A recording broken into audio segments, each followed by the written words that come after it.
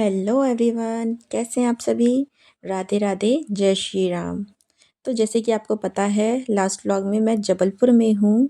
तो मैं अब जबलपुर में क्या कर रही हूँ, तो चलिए इसमें आपको मैं बताती हूँ। तो आपने यहाँ से देखा था कि मैं घर की ओर जा रही थी।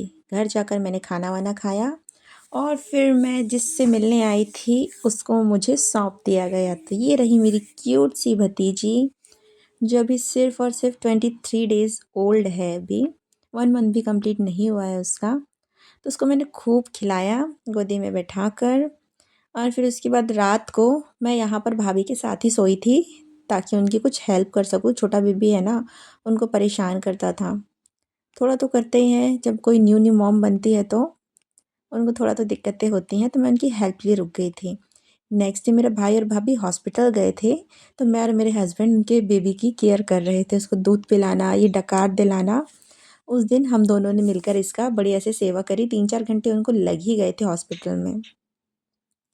तो बस मेरे यहाँ पर मेरे बड़े भैया भाभी भी रहते हैं। बड़े भैया चले गए थे टूर पर, भाभी स्कूल जाती हैं मेरी। तो बस अब शाम को हम लोग निकल रहे थे ग्वारी घाट के लिए। माँ नर्मदा जी का तो नाम आपने सुना ही होगा।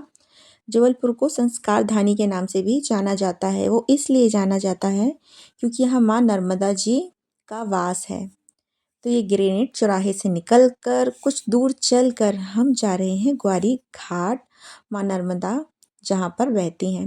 हमारे घर से मुश्किल से सिर्फ 10 मिनट की दूरी पर ही होगा। तो बस ऐसा होता है ना, जब कुछ नहीं होता चलो ग्वारी घाट। एक रील भी मैंने देखा था, जबलपुर वालों का क्या है, बर्थडे है चलो ग्वारी घाट, मूड सही नहीं है चलो ग्वारी घाट। तो बस हम भी आ गए थे ग्वारी घाट। और हम ऐसे टाइम पर आए थे कि हमें शाम की आरती यहाँ पर मिल सके। तो मैं आपको यहाँ की संध्या आरती दिखाती हूँ, बहुत ही अच्छे तरीके से होती है। मेरे हस्बैंड तो पहली बार ही अटेंड कर रहे थे, मैंने काफ़ी टाइम पहले भी की हुई है, पर जब आती हूँ ना तो मैं यहाँ ज़रूर आती हूँ। तो ये देखिए यहाँ पर आरती चल रही होती है और यहाँ सारे लोग एकदम खड़े होकर पूरी आरती को अच्छे से अटेंड करते हैं। तो अब आगे जाकर भी मैं आपको आरती दिखाऊंगी कि कैसे हो रही है। तो ये देखिए यहाँ पर 5 पंडित लोग, जैसे बनारस में होती है ना गंगा आरती, वैसे यहाँ पर नर्मदा जी की आरती होती है। और ये नर्मदा जी का ना वहाँ फ़ोटो भी लगा हुआ है। और बीच घाट में उनका मंदिर भी है, एकदम बीचों बीच में है। वहाँ जाने के लिए नाव से जाना पड़ता है। मैं आगे आपको वो भी दिखाऊंगी। मैं रात का टाइम था ना तो अंदर गई नहीं थी मंदिर तक, बस दूर से ही दर्शन किए। तो अब मैं नीचे जा रही हूँ, आपको नीचे से दिखाती हूँ कि यहाँ पर कैसा लगता है आरती के समय। अभी मैंने देखा रश बहुत कम था, मे बी सबके एग्ज़ाम चल रहे हैं, बोर्ड एग्ज़ाम। वरना ये जो आपको खाली जगह दिख रही है ना, पूरी भरी हुई होती है, एक भी जगह यहाँ पर खाली नहीं मिलती है। यहाँ पर बहुत ज़्यादा रश होता है और आरती के बाद सब क्लियर हो जाता है। तो वहाँ पर 5 पंडित जी लोग आरती कर रहे हैं और नॉर्मल नीचे 2 आरती भी दी जाती हैं, ताकि वहाँ के लोग भी कर सकें। आप देख सकते होंगे वहाँ नीचे भी कुछ लोग आरती कर रहे हैं। तो 2 आरतियाँ नॉर्मल सभी लोगों के लिए होती है, जो सब एक्सचेंज करते रहते हैं आरती को। और यहाँ पर बहुत ही अच्छा लगता है यहाँ इस टाइम पर आकर आरती के समय। और जबलपुर में ऐसा है ना कि कई लोग या तो सुबह या तो शाम एक बार माँ नर्मदा के दर्शन करते ही हैं। मेरे पापा डेली मॉर्निंग में 8 से 9 के बीच यहाँ आते हैं, डेली का रूटीन है। मेरा भाई यहाँ शाम के टाइम पर आता है। काफ़ी लोगों का ये रूटीन यहाँ का रहता है, माँ नर्मदा के दर्शन। तो ये देखिए मैं पास से आपको माँ नर्मदा जी के दर्शन करा रहे हैं। ये मगरमच्छ ऐसे पर बैठी रहती हैं और बहुत ही सुंदर, मतलब एक बार देख लोगे ना तो नज़रें ना हटे उनसे। तो यहाँ पर ऐसे शिकारा बोट्स अभी अभी आई हुई हैं, कुछ टाइम पहले ही आई हैं, मैंने न्यूज़ में पढ़ा था। यहाँ पर शिकारा आई हुई हैं और इस पर घूमने का मज़ा ही अलग होता है। पर रात का टाइम था, हमें कोई वोटिंग नहीं करनी थी। तो बस फिर मैंने गई और दीपदान के लिए मैंने दीपक लिया अम्मा से। या अम्मा से मैंने दिया का प्लेट लिया और मैं आ गई दीपदान करने अपने सारे परिवार के साथ। तो सबसे पहले मैंने जाकर माँ नर्मदा जी को चंदन चावल सब चढ़ाया। उसके बाद दिया जलाकर दीपदान किया अपने पूरे परिवार के साथ। जब भी आती हूँ ना मैं ऐसे नदियों के पास, तो मैं दीपदान ज़रूर करती हूँ। दीपदान का एक अलग ही महत्व है। तो आप भी जाएं तो ज़रूर कीजिए। और कौन कौन करता है मुझे ज़रूर बताइएगा कि नदी में दीपदान कौन कौन करता है। तो बस यहाँ पर मैं वैसे कर रही हूँ पूजा। और ग्वारी घाट के बारे में मैं क्या ही बोलूँ, मतलब पूरा बचपन हमारा यहाँ बीता है। हम घर से सिर्फ पैदल पैदल आते थे डेली ग्वारी घाट नहाने के लिए। और समर वेकेशन तो हमारा यहीं बीतता था। हम लोग सुबह सुबह 8 बजे निकलते थे, यहाँ आए बढ़िया से 2 घंटा बिताते थे और उसके बाद वापस घर जाते थे। हमारे दादाजी आते थे ना, तो उनके साथ हम लोग पैदल पैदल ही आ जाते थे। आप सोच सकते हो कितना पास में होगा जो हम लोग पैदल आते थे। तो ये रहा माँ नर्मदा जी का मंदिर। जब बारिश का टाइम होता है तो ये मंदिर पूरा डूब जाता है। और उसके उस तरफ एक गुरुद्वारा है जो नाव से जाना पड़ता है हमें। फिर मैंने यहाँ पर देखा ये क्लास, ये यहाँ पर कोई सर हैं, वो 2 घंटे के लिए बच्चों को फ्री एजुकेशन देते हैं 7 से 9। यहाँ पे जो भी आसपास क्या होता है ना, मोहल्ले छोटे छोटे झुग्गी बस्ती हैं, तो उनको ट्यूशन वगैरह अवेलेबल नहीं हो पाती हैं। तो एक सर हैं जो यहाँ पर 7 से 9 क्लास लेते हैं। पहले मैं गई, मैंने पूछा किसी से कि ये क्या ही चल रहा है, तब उन्होंने बताया कि ये सर यहाँ पर क्लास लेते हैं और बच्चों को अच्छी अच्छी चीज़ें सिखाते हैं, पढ़ाई से रिलेटेड और भी बहुत कुछ।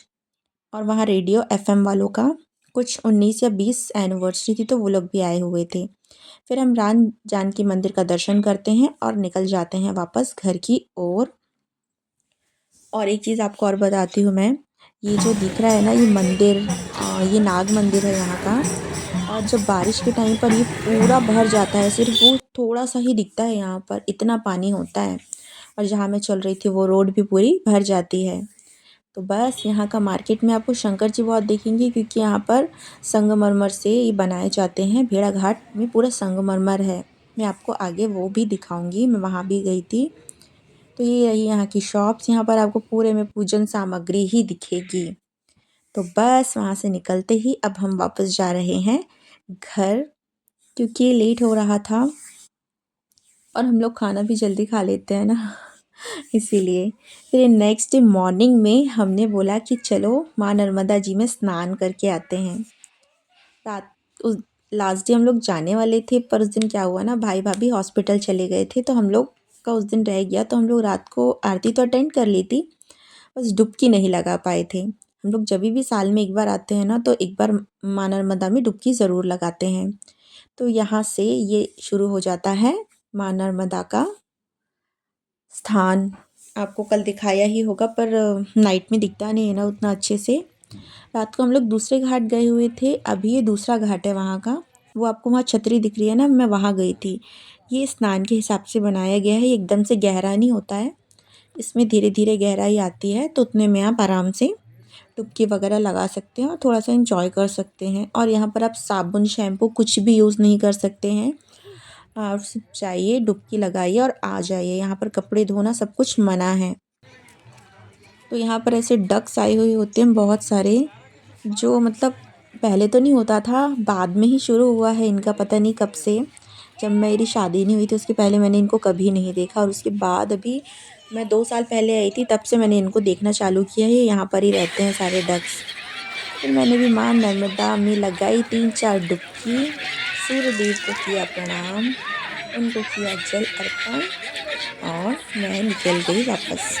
पानी बहुत ही ज़्यादा ठंडा था। आदत नहीं होती है ना, तो हम उतने ठंडे पानी पे ज़्यादा देर रह ही नहीं सकते हैं। फिर थोड़ा सा एंजॉय करते हुए मैं बाहर आई और मैंने फटाफट चेंज कर लिया। यहाँ पर चेंज करने की भी बहुत अच्छी व्यवस्था है। टीन के शेड्स बना रखे हैं हर कुछ दूरी पर, तो आपको कोई भी प्रॉब्लम नहीं होगा। तो ये रहा घाट का नज़ारा। बारिश के टाइम पर ये पूरा डूब जाता है, सारे पेड़ वगैरह कुछ भी नहीं दिखेगा आपको। तो अब मैं घर जा रही हूँ, और घर जाते ही मैं बेबी के लिए जो गिफ्ट लेकर आई थी ना, वो मैंने कहा यार देना ही रह जाता है। तो अब मैं जाकर सबसे पहले एक गिफ्ट उसे दूँगी। तो मैं उसके लिए लाई थी कपड़े। तो मैं उसके समर के हिसाब से 2 जोड़ी कपड़े लेकर के आई थी, हाफ और थोड़ा सा, क्योंकि बच्चों को कॉटन कपड़े ही पहनाने चाहिए, क्योंकि अभी वो छोटे होते हैं, उनका स्किन ना बहुत ही ज़्यादा सॉफ्ट होता है। तो इसलिए उनके लिए अलग से ही ब्रांडेड बनाए जाते हैं जो कपड़े ना, वही पहनाने चाहिए, वरना उनको रैशेज़ हो जाते हैं। तो मैं ये हाई चंद्रमा उसके लिए लेकर के आई थी, तो मैंने उससे ये पहनाया। और फिर मैं उसके लिए एक चीज़ और लाई थी, हाथों में जो पहनाते हैं बच्चों को, उसे क्या बोलते हैं वो तो मुझे नहीं पता है, पर मैं आपको दिखाती हूँ। तो ये मैंने उसको पहना दिया। उसके बाद में उसे उसके हाथ का भी पहनाऊँगी, मुझे वो सच में बहुत ही अच्छा लगा। तो छोटे बेबी को हाय चंद्रमा पहना कर रखते हैं ताकि उनको नज़र ना लगे। तो मुझे ये भी अच्छा लगा था, तो मैं ये भी लेकर के आई थी बेबी के लिए, हाथों पर पहनाने के लिए। बहुत ही अच्छा लगता है, छोटे छोटे बच्चे जब ये पहनते हैं ना, तो बस ये भी उनकी रक्षा कवच का ही काम करता है, क्योंकि हम बच्चों के हाथ देखते हैं, ये कितने क्यूट हैं, तो ये सब उनको नज़र से बचाने के लिए होता है। तो प्लीज़ आप पूरा व्लॉग देखिए और बताइए आपको ये व्लॉग कैसा लगा। और ये हमारा छोटा बेबी रेडी हो गया है, बुआ ने जो जो चीज़ें उसके लिए लाई थी। तो इस व्लॉग में इतना ही, मिलते हैं नेक्स्ट व्लॉग में। बाय बाय, जय श्री राम, राधे राधे।